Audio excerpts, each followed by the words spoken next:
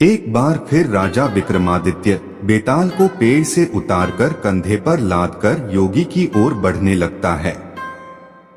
इस दौरान बेताल फिर से राजा को एक नई कहानी सुनाता है और शर्त वही होती है, अगर राजा ने मुंह खोला तो वो उड़ जाएगा और जवाब पता होते हुए भी नहीं दिया तो राजा की गर्दन को धड़ से अलग कर देगा।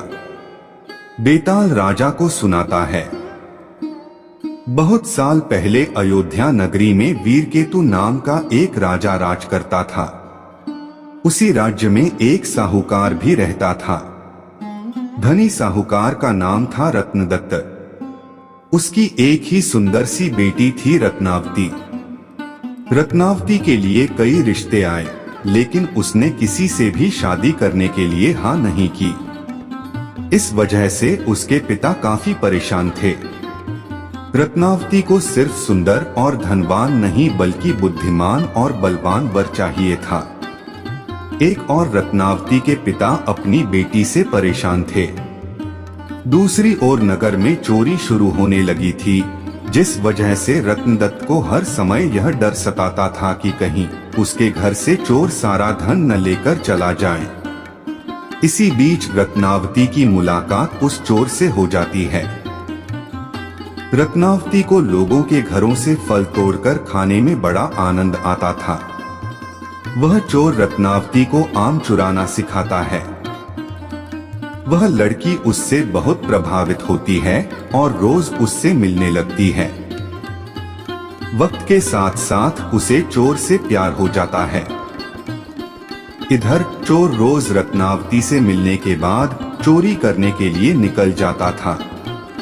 उधर अयोध्या में बढ़ती चोरी से परेशान राजा ने सारे मंत्रियों और पहरेदारों को डांट लगाते हुए कहा, नगर में रोज चोरियां हो रही हैं, लेकिन न तो कोई पहरेदार उसे पकड़ पा रहा है और न ही कोई मंत्री उसे पकड़ने की योजना बना पा रहा है। इसके बाद राजा ने खुद चोर को पकड़ने का फैसला लिया। चोर को पकड़ने के लिए राजा रोज रात को नगर में घूमने लगे। एक दिन राजा ने रात में किसी को घर में कूदते हुए देखा। राजा को शक हुआ तो वह भी उसके पीछे चल पड़े। जैसे ही राजा वहां पहुंचे तो चोर उन्हें देखकर कहने लगा, अरे मुझे तो लगता था कि यहाँ मैं ही एक चोर हूँ। तुम भी चोरी के इरादे से यहाँ आए हो। राजा कुछ भी नहीं कहते। इसके बाद चोर कहता है, तुम भी चोरी के इरादे से आए हो और मैं भी, तो तुम्हें मुझसे डरने की जरूरत नहीं है। तुम एक तरह से मेरे मित्र हो। इसके बाद चोर राजा वीरकेतु को अपने घर चलने का निमंत्रण देता है। चोर का आग्रह सुनकर राजा उसके साथ चले जाते हैं। चोर उन्हें अपनी गुफा में ले जाता है, जहां उसने सारा चोरी का धन छिपा रखा था। राजा वीरकेतु इतना सारा धन और गुफा में मौजूद सुख सुविधाओं को देखकर हैरान रह गए। कुछ देर बाद राजा ने चोर से पूछा, तुमने इतना सारा धन इकट्ठा कर रखा है, तुम्हें चोरी करते हुए डर नहीं लगता? चोर जोर से हंसकर कहता है, राजा की सेना में कोई भी साहसी नहीं है और न ही वो अपने काम को ईमानदारी से कर रहे हैं। अगर एक व्यक्ति भी अपना कार्य ईमानदारी से करता तो इतना मुश्किल नहीं होता मुझे पकड़ना। एक चोर राजा की पूरी सेना पर भारी पड़ गया है। वहां कोई योद्धा ही नहीं है।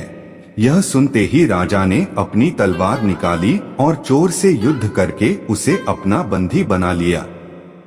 चोर हैरान रह गया। उसे कुछ देर बाद समझ आया कि इतनी देर से राजा भेष बदलकर उसके साथ थे।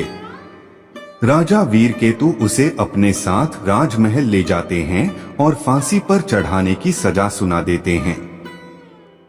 जैसे ही इस बात का ऐलान होता है कि चोर पकड़ा गया और उसे फांसी होने वाली है, तो रत्नावती परेशान हो जाती है। उसे पता चल गया था कि राज्य में जो चोरी कर रहा था वही उसे आम चुराना सिखाता था। परेशान होकर रत्नावती अपने पिता रत्नदत्त से कहती है, पिताजी, जिस व्यक्ति को मैं मन ही मन अपना पति मान चुकी हूँ, उसे राजा ने पकड़ लिया है और वो उसे फांसी पर लटकाने वाले हैं। आप कुछ कीजिए। रत्नदत्त को अपनी बेटी की बात समझ ही नहीं आती है। तब वह अपने पिता को चोर और अपनी मुलाकात के बारे में विस्तार से बताती है और कहती है कि वो उसके बिना नहीं रह सकती है। रत्नदत्त अपनी बेटी को समझाने की कोशिश करता है। जब बेटी नहीं मानती है तो वह मजबूर होकर राजा के पास चला जाता है। वह राजा को बताता है कि उसकी बेटी रत्नावती चोर से बहुत प्यार करती है। अगर उसे फांसी हो गई तो वह भी अपने प्राण त्याग देगी। वह व्यापारी अपनी बेटी के खातिर राजा को सोने के सिक्के और चोर द्वारा चुराया गया सारा धन देने का प्रस्ताव रखता है, लेकिन राजा उसकी एक नहीं सुनते। कुछ देर बाद ही राजमहल में रत्नावती पहुंच जाती है। वह भी राजा से आग्रह करती है, लेकिन राजा किसी की नहीं सुनते और जल्लाद से चोर को जल्दी फांसी देने को कह देते हैं। जैसे ही चोर को फांसी होने वाली होती है, वह पहले रोता है और फिर जोर से हंसने लगता है। उस चोर को फांसी होते ही लड़की भी अपने प्राण त्यागने की कोशिश करती है। उसी वक्त आकाशवाणी होती है। भगवान रत्नावती से कहते हैं, हे पुत्री, तुम्हारा प्रेम बहुत पवित्र है। तुम्हारे इस प्यार को देखकर हम बहुत खुश हुए हैं। तुम मांगो जो भी तुम्हें मांगना है।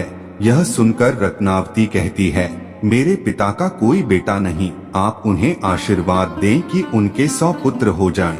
एक बार फिर आकाशवाणी होती है, ऐसा ही होगा, लेकिन तुम कुछ और भी वरदान मांग सकती हो। फिर रत्नावती कहती है, मैं उस चोर से बेहद प्यार करती हूँ, अगर हो सके तो आप उन्हें जीवित कर दीजिए। रत्नावती के वरदान मांगते ही चोर फिर से जीवित हो जाता है। इधर यह सब देखकर राजा बहुत हैरान हो जाते हैं। उधर चोर जीवित होने के बाद एक बार फिर रोता है और फिर जोर जोर से हंसने लगता है। इसी दौरान राजा चोर को कहते हैं, अगर तुम सही रास्ते पर चलने का वचन देते हो तो मैं तुम्हें राज्य का सेनापति घोषित करने को तैयार हूँ। चोर खुशी खुशी हाँ कर देता है। इतनी कहानी सुनाते ही बेताल चुप हो जाता है। फिर विक्रमादित्य से पूछता है, हे राजन, बताओ वह चोर फांसी चढ़ते समय और जीवित होने के बाद क्यों पहले रोया और फिर हंसने लगा? राजा ने जवाब दिया, सुन बेताल, चोर को दुख इस बात का हुआ कि उसने जीवन में सिर्फ चोरी ही की, इसके बाद भी इतनी सुंदर लड़की उसके लिए मरने के लिए तैयार है। फिर हंसा इसलिए क्योंकि उसने सोचा, एक ऐसी लड़की जिससे राजकुमार भी शादी करना चाहते थे, उसे प्यार भी हुआ तो एक चोर से। दोबारा जिंदा होने के बाद वो नया जीवन मिलने पर रोया और खुश भगवान के खेल को देखकर हुआ। एक बार फिर सही जवाब मिलने के बाद बेताल उड़कर पेड़ से जा लटका। सच्चाई और मेहनत की राह अपनाकर अपने पिछले बुरे कर्मों को हराया जा सकता है।